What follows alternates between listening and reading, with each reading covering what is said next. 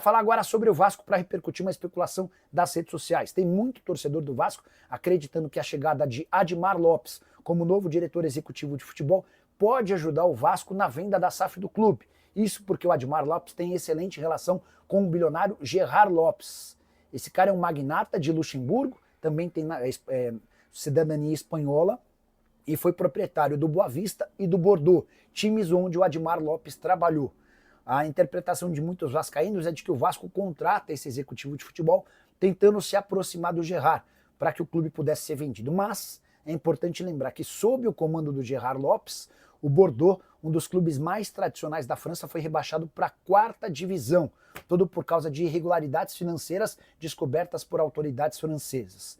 Você, vascaíno, depois de tudo que você presenciou e vivenciou com a 777, quer ser comprado por alguém que pode ter até bastante dinheiro, mas fez com que um clube tradicional como o Bordeaux fosse rebaixado para a 4ª divisão, eu acho que o Vasco não precisa disso. E o Admar tem currículo suficientemente bom para fazer um bom trabalho. Gosto dessa experiência e dessa troca de know-how com gente de fora, até porque o Vasco e o mercado de executivos de futebol no Brasil não pareciam dos mais promissores. Interessante, não tem brasileiro no time brasileiro, no trio sul-americano aí. E com o Ganso. No time e o Ganso armando. Ganso ali. Pode dar bom, né? Ô Pedrosa, amanhã tem jogo Vasco, né? Tem jogo do Vasco sem necessidade. Amanhã? Sem necessidade. Sem necessidade. O Brasileirão ainda tem uma última rodada do Campeonato Brasileiro. Amanhã, claro, sem as equipes. Aí eu até falei com o Veneu, tem 4 que não jogam. Quem vai jogar contra os 4 também. Então são 8, né? A matemática é essa, Nenê. São 8 que não jogam. Falei, não, Nenê, são só 4. São só os 4 que vão para os Estados Unidos. Eles vão jogar contra quem?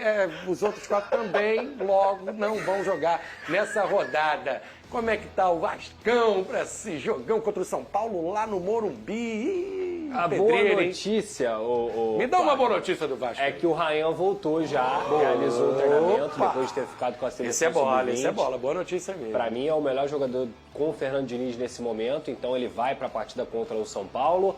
O Vasco também não tem tantos desfalques assim, é uma equipe que vai praticamente completa.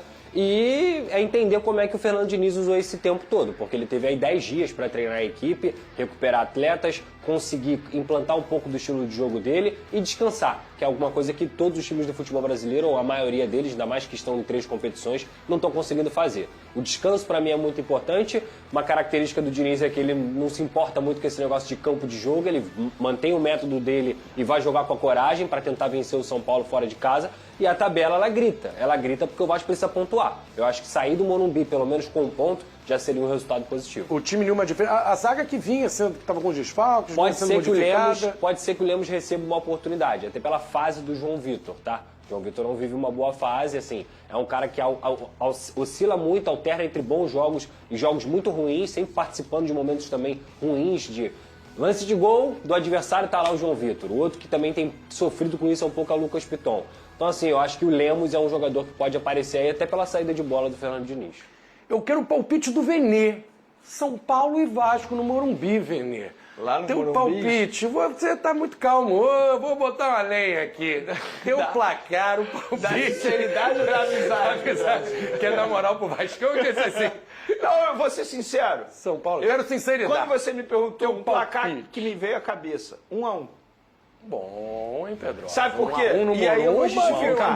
No Morumbi? Eu vou justificar. O São Paulo é um time que é totalmente inverso do Flamengo. No Campeonato Brasileiro não está indo bem, só está indo bem nas Copas. Isso aí.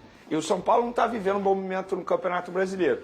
O Vasco está buscando melhorar o momento. Assim, já mostrou uma evolução com o técnico. 10 dias treinando, aquele toque de bola, tic-tac, acho sai que os tocando. jogadores entendendo mais o estilo de jogo dele. Eu acredito no empate do Vasco, de verdade, 1-1 lá. 1-1, e aí ficaria feliz, né, Pedrosa? Com um pontinho lá. Se você vai enfrentar o São Paulo no Morumbi e sai pontuando, é uma situação positiva na minha visão. De uma equipe que, vou olhar para o São Paulo, você pensa que o São Paulo vai disputar G8, digamos assim. Então, acho que empatar fora de casa no primeiro turno e depois tentar fazer os 3 pontos fora de casa, faz 4 pontos contra o São Paulo no Brasileirão, acho importante. E o São Paulo está cheio de desfalque também. Pelo menos o que eu li até ontem, por exemplo, o Lucas não está à disposição. Isso é boa notícia. Isso já mudou algo, mas eu não estou acompanhando o dia a dia do São Paulo, mas segundo os colegas que acompanham o dia a dia do São Paulo. Ô Pedrosa, o Vasco joga hoje de amanhã, dia 12, e aí Isso. só volta a jogar. Um mês depois.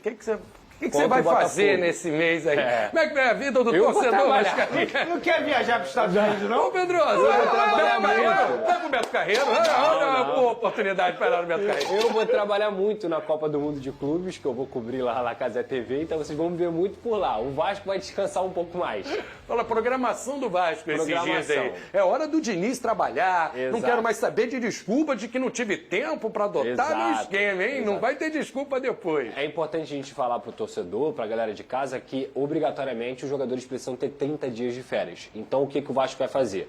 Vai treinar 20 dias e vai dar 10 dias de férias nesse período para os jogadores. E depois, no final do ano, vai dar mais 20 dias para cumprir as leis trabalhistas que todo mundo merece ter um pouquinho de descanso. Então o Vasco vai, nessa intertemporada, treinar 20 dias e descansar 10 dias. A boa notícia é que o Estrela e o David, que são jogadores que sofreram com lesões no joelho, eles já estão em processo de recondicionamento físico, treinando na transição com o grupo também, e pode ser que eles estejam à disposição no mês de julho para o Vasco da Gama. Lembrando que a primeira partida, quando o Vasco voltar, é contra o Botafogo, Tem um clássico. dia 12 de julho, e depois já começa a primeira partida contra o Independente Del Valle, fora de casa, pelos playoffs da Sul-Americana.